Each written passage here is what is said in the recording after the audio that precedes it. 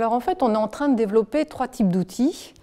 Premièrement, tout ce qui est transparence, c'est-à-dire la publication des données sur l'impact et le risque climatique pour les établissements. Ça, c'est la photo de leur risque. Deuxièmement, on développe des stress tests. L'exercice de stress test, ça nous permet de voir l'impact des chocs climatiques sur leur bilan et leur capacité à les absorber. C'est la vidéo de leur risque, la vidéo prospective de leur risque. Et puis troisièmement, on rentre dans une phase plus opérationnelle avec les plans de transition.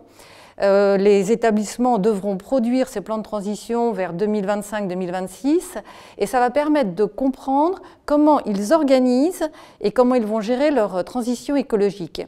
Et c'est un facteur très important parce que c'est concrètement comment ils vont modifier en interne leur distribution de crédit, leur gestion de portefeuille et comment ils vont accompagner leurs clients. Donc ça va devenir un outil de pilotage de la transition écologique très important.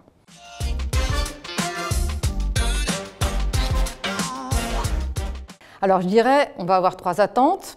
Premièrement, que les plans de transition soient crédibles, donc qu'ils soient bien documentés et qu'ils soient cohérents.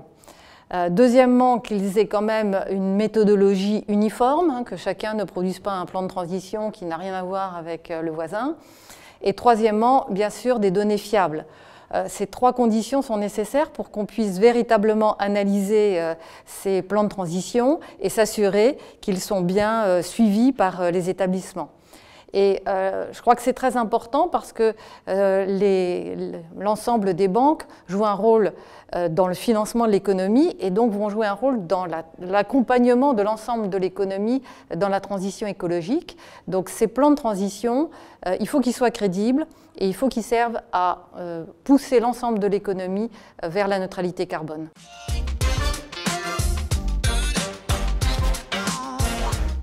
Alors, c'est une question importante parce que, bien sûr, une fois qu'on les analysera, ces plans de transition, eh bien, nous, on est plutôt dans une démarche d'accompagnement des établissements. D'ailleurs, nous-mêmes, on est en train de s'approprier ces méthodologies, de s'approprier toutes ces évolutions.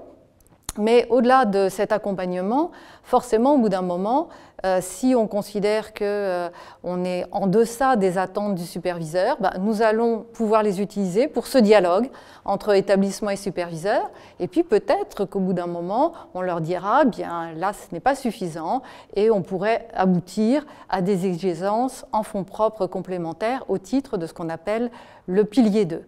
Mais il faut bien avoir en tête que ce qu'on n'attend pas, c'est d'arrêter brusquement le financement de certains pans de l'économie.